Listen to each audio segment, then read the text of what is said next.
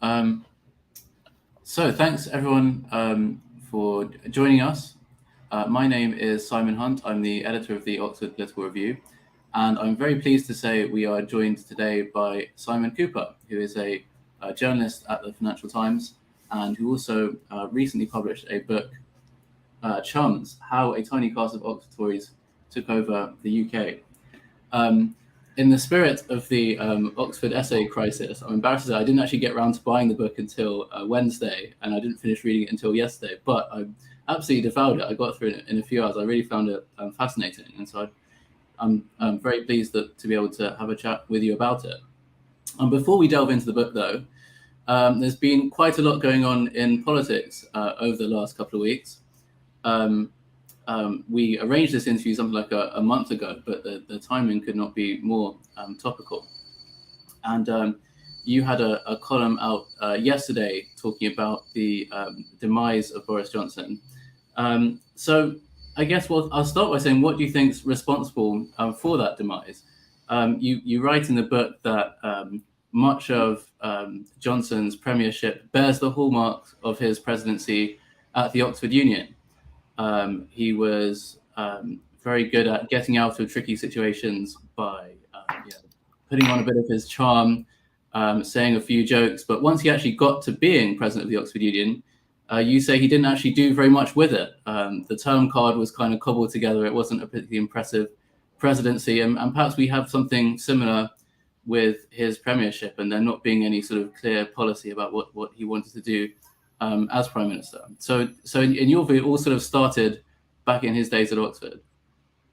Yeah, Johnson has always been extremely good at getting elected, and his life has sort of been a permanent campaign to build his brand. His brand has remained very stable. So at Oxford, he was very much the kind of mussy-haired, Bertie Woosterian figure that we've come to know. He was really always a comic performer. And he never really thought hard about how to govern. That's never been his thing. He doesn't particularly care about policies. And just as he didn't plan a term card, he didn't plan a prime ministership. And he's always enlisted sort of hardworking, what he would regard as spods, middle-class people like Michael Gove, to do what he considers the backstage work of actually running the country, running the show. It doesn't quite work as prime minister because people don't really want a comedic performer as prime minister, especially not during a pandemic. And so in some ways it was a category error. You know, we made an entertainer a governor. It doesn't really work. Mm-hmm. And you also wrote in your column yesterday that this resignation marks the end of the what you called the Eton-Oxford era of prime ministers. That they had a good run for 12 years, but now that sort of period is coming to an end. Yeah, I mean, that caste is very resilient, the kind of boarding school and Oxford caste, and it's a permanent feature of modern British history, and they might come back. But in the column, I draw the parallel with 1964, when you'd had excuse me. In the column, I draw the parallel with 1964, when you'd had 9 years of 3 consecutive Eton and Oxford prime ministers, culminating in Alec Douglas-Home, who, like Johnson, Eton and Oxford man who could never have reached the top in a meritocracy. You know, just as Johnson wasn't honest, didn't have the application to reach the top, Douglas-Home didn't have the brain. And so Harold Wilson ran against him mercilessly, picked him as the 14th Earl. And there was a very widespread sense at the time that Britain was too modern a country to be run just by entitled toffs, and that the toffs were holding the country back. And after Douglas-Home lost, it was more than 40 years before the Tories chose another privately educated leader in David Cameron. And I feel that post-Johnson, I mean, he might be succeeded by Rishi Sunak, who's privately educated, but I think the mood has changed, and it's very likely that the Prime Minister after the 2024 election of whichever party is going to be a state school person. There's a sense of the toff caste has run the country into the ground. It didn't deserve to be at the top, and there's a very widespread desire for change. You see that in institutions. Excuse me. You see that in institutions as well. So, my book's about Oxford. I've been going back to Oxford a bit, talking about the book, and the institution has changed dramatically. So 68% of new British admissions last year were from state school, Cambridge the same, the highest in the history of both universities. And in the recruitment of companies like mine, like the FT, which traditionally recruited Oxbridge people for fast stream roles, civil service the same, that too is being questioned. And there's a desire for diversity, which I think we're seeing across British society. So post Johnson, we're moving quite swiftly into a new elite.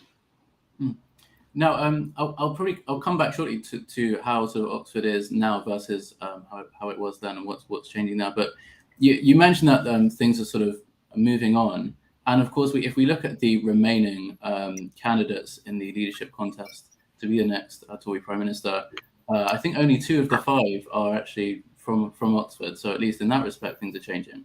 But the front runner, of course, is still Rishi Sunak, who you talk about in the book, and you mention. He already has quite a lot of connections with the kind of Eurosceptic Oxford Tories, and he was a very early convert to Euroscepticism. It sort of happened at university. So if he gets elected, that would sort of be more of the same, would it not? Well, the tough cast always reaches out to up and coming people. It broadens itself. It doesn't want to be the kind of French aristocrats who had to be beheaded because they wouldn't let anyone else in. And what you're now seeing is a general broadening of the elite to allow in British Asians, especially from immigrant families like Sunak. So in that sense, he and various of the other candidates, and also Kemi Badenoch, who's of Nigerian origin, represent a new elite of an immigrant Britain that sometimes goes through the private system, sometimes doesn't, but is becoming a rival of the kind of hereditary caste of boarding school people. And of course, when people talk about Johnson, they would say, oh, he's not really a toff because he's not as posh as Cameron, which is true. Johnson, I would say, comes from the bottom of the 1% of the top caste. Remember that his father went to boarding school, and going to boarding school is about 1% of the population. Private school is about 7%, boarding school 1%. And that is boarding school is close to a definition of what I'm talking about, of the top caste. So that traditional boarding school and Oxford elite, Johnson was very much part of. Now, I wanted to bring up Brexit because you discuss that quite a lot in the book, and there's one particular quote I quite enjoyed. See if I can find it. Yeah, you say, Tory Euroscepticism began in part as a jobs protection scheme, much like taxi drivers fighting back against Uber. And to some degree, Oxford public school boys had come to think of the country they ruled as their own caste writ large. Nobody told Britain, even post-war Britain, what to do. Now, of course, there'll probably be quite a few people who are Brexiteers who would object to that narrative. Not least of all the sort of 17 and a bit million who voted for it. The overwhelming majority of whom won't have any sort of association with Oxford. And indeed, a lot of Tory backbenchers who weren't connected with Oxford in any way. So, I mean, how are you sort of maybe oversimplifying or perhaps even overstating the role that group played in Brexit? Look, these are separate things. 17 million people voted for Brexit, and they had all sorts of reasons. And there's been a lot of academic study, sociological study of why Brexit was appealing. And that's a question I don't really address in my book. Because politics is about demand and supply. The demand is a lot of voters were tempted by Brexit. The supply is the elite giving them that option. And what happened with Brexit, as I describe in the book, is that part of the elite, especially Boris Johnson, Michael Gove, Cummings, Dan Hannan, peel off and say, you know what, we are going to back Brexit. So Brexit's not just going to be backed by people who have never run the country, who've never run a whelk stall like Nigel Farage. No, it's going to be run by kind of responsible-looking Oxford types like us. And so my book is about the supply side of Brexit, the tranche of the elite that peels off and makes it happen. And without those people, Brexit is a much less appealing, more radical proposition. Because Gove and Johnson are saying essentially, look, we come from the traditional ruling party and we come from the traditional ruling caste. We have the accents and the Oxford degrees to prove it. So when we back Brexit, it's not really a radical leap. You know, it might work out a bit better than Remain, it might work out a bit worse, but it's not a crazy thing to do. Now that's very different than if Farage had been the main voice of Leave. You would have got a situation like the 1975 referendum, where the main voices of leaving the European Economic Community were the radicals of left and right, from Tony Benn to Enoch Powell. So Johnson and Gove helped give Brexit a kind of reassuring establishment veneer. So my book is about the supply side of Brexit. I'm not denying the issue of the demand side. That's not what I'm writing about. But I suppose what I was getting at was, I mean, is it naive to think that these politicians had genuinely held convictions about the future of the country, political, philosophical views about how systems, how countries are governed and things like that, rather than that it was purely about a sort of self-preservation and ensuring people from the same background and the same class continue to be among the senior people in government?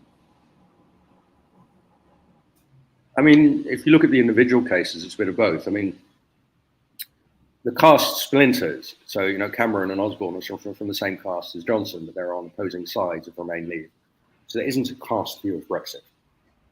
But Brexit, and broadly the sovereignty idea, which is very important to these people, the idea that we run the country, us, the boarding school and Oxford caste, and we always have, and Brussels should keep out of it. That is very compelling also. Well, it's powerful in someone like Cameron. He decides in the end, you know, he's for Remain for lots of reasons, but he's also tempted by that. And Cameron says there's a spectrum of Euroscepticism. He sits on it in a slightly different place than Johnson. But that temptation is felt throughout the caste. And yeah, then of course you get rearism. So Gove and Johnson in early 2016, Gove has been kicked out of the cabinet. Johnson has never been in Cameron's cabinet. They feel they haven't held the positions that they deserve. And Brexit, the referendum, is a way to redress that. Okay.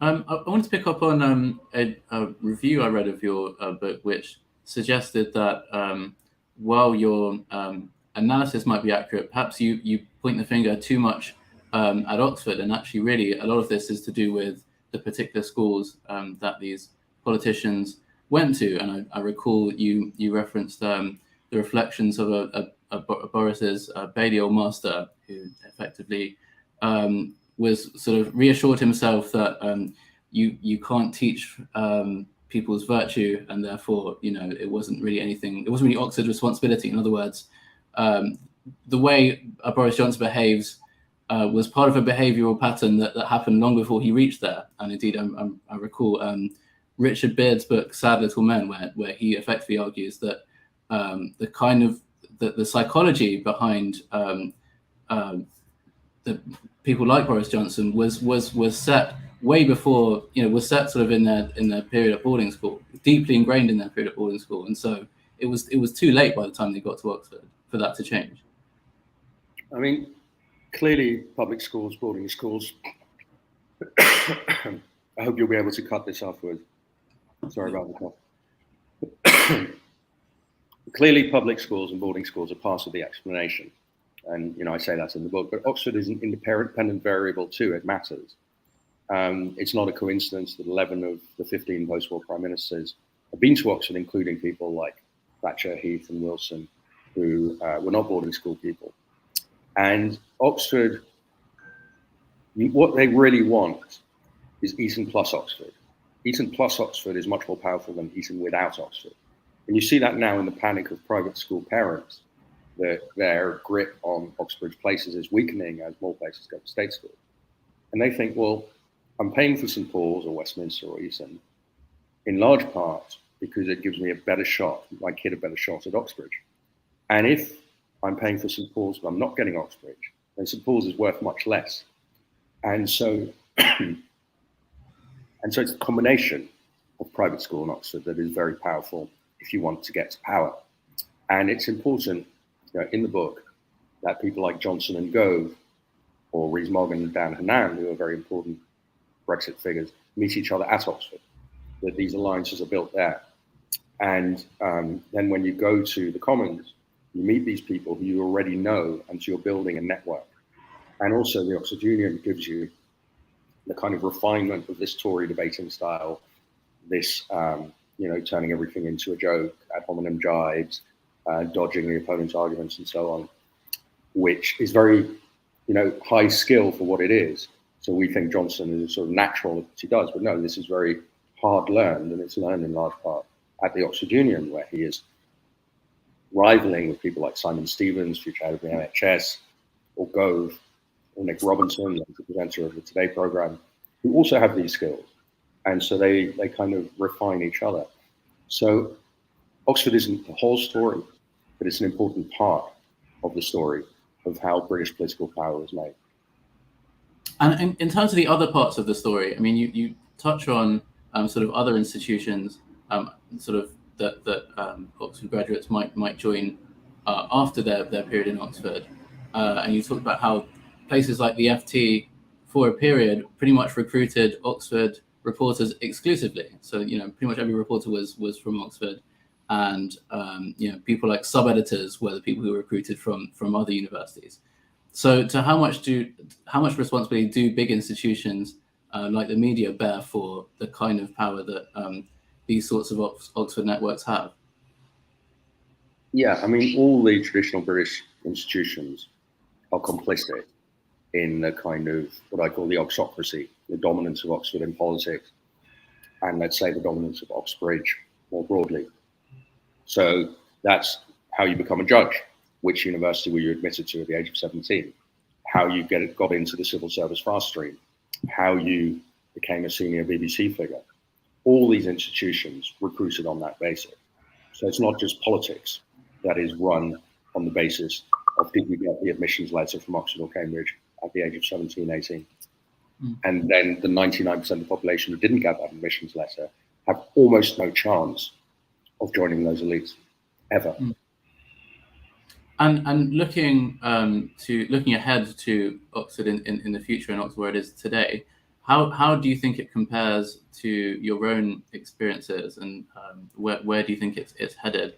I mean, you mentioned that now it's the case that something like 2/3 of the current intake are from state schools, and it was probably the other way around when you were there, I imagine. But of course, that still means that 1/3 are from private schools, and so those sorts of networks and connections are probably still going to be here for quite some time, are they not? I mean, I can recall as an undergrad, it's still. I mean, much of the things you discuss in the book felt very, very familiar, I must say. The kind of networks you saw at the Oxford Union, that sort of thing. So, is that still here to stay, or are you a bit more optimistic about it? After publishing the book, I was invited to Oxford, I think, twice in the last few weeks. So I've become reacquainted in a way with the university as it is today. And it really is a different university from the one I was at, which was about 50% state school and now 68%. And I've been very impressed by the university, surprised by it, how it is now.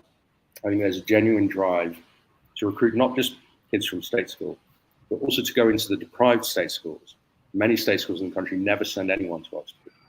And Oxford is, telling them different colleges have different pairings. So Hertford College, for example, is paired with Essex. And then they go to these schools which never send anyone. And they say, we want you all to come on an open day to Oxford, we'll arrange it. And we will advise your best 14-year-olds on how they can apply to Oxford. And when they come for their interview, it won't be the first time they've been to Oxford. And we will take into account, they might find it overwhelming. We'll take into account they haven't had interview training like public school boys get. And so there's a genuine passion and drive from many, I think most academics and administrators at the university to change the social makeup of Oxford. And I think it's partly Boris Johnson who did that, because I think there's a lot of shame at Oxford of having produced him and his like. And it's caused a degree of self-reflection. And also, weirdly, this is partly because of Brexit, because Brexit was the most scary anti-elitist political movement in modern British political history, even though it was led by an elite. people like Johnson go. And so the institutions are being scared into greater diversity, also by a movement like Me Too, also by Black Lives Matter. And really, if you add together Brexit, Me Too, and Black Lives Matter, they're all saying, we don't believe in inherited elites. And so if you are an institution that has traditionally schooled the inherited elite, like Oxford, that's scary. You want to survive. And what British institutions do when under pressure, they don't batten down the hatches and say, we're not going to change. They change just enough so that everything can stay the same. And I see at Oxford a much greater degree of change in trying to genuinely find talent around the UK than I had expected. Okay. And just lastly, you mentioned that you think that the sort of Eton-Oxford period of government may well be over now with Boris Johnson's departure. What will replace it? Is it going to be replaced by a much more serious, measured form of government now than what we've had over the last 12 years? Does it mean there'll be less sort of essay crisis prime ministers, or less sort of rhetoric and more serious analysis and policy making? Well, if you're entitled, if you felt, well, I always should have been prime minister, which is a feeling that Johnson and Cameron to a degree have, you don't have that much need to kind of prove yourself through hard work, etc. And it's the people with imposter syndrome, or the people who got into the elite because they worked hard, who will tend to put in the extra hours. So Thatcher, because she was a woman, she presumably had a degree of imposter syndrome, but she suddenly had to impress people that even though she was a woman, she was on top of the job. So she did read all the documents. I mean, famously, she only slept about 4 or 5 hours a night because she felt she had to get through all that work. I think Rishi Sunak is more similar to that than to a Johnson figure. Sunak comes from the kind of professional immigrant middle class and made his way into the elite through achievement. So it's a different profile to Johnson, who achieved until the age of 11, 12, and he got a scholarship to Eton, and then posted, or Cameron, who never had to prove himself. So I think that outsiders are more likely to do the work. What's the line from Hamilton? We're immigrants, we try hard, or something like that. We're immigrants, we got the immigrants job done. There's something in that, I think. Absolutely. Well, we will leave it there. Thanks so much for joining us this afternoon, Simon. I really enjoyed reading your book, and also thanks for your perseverance this afternoon too. Thank you. Thanks very much. I hope you'll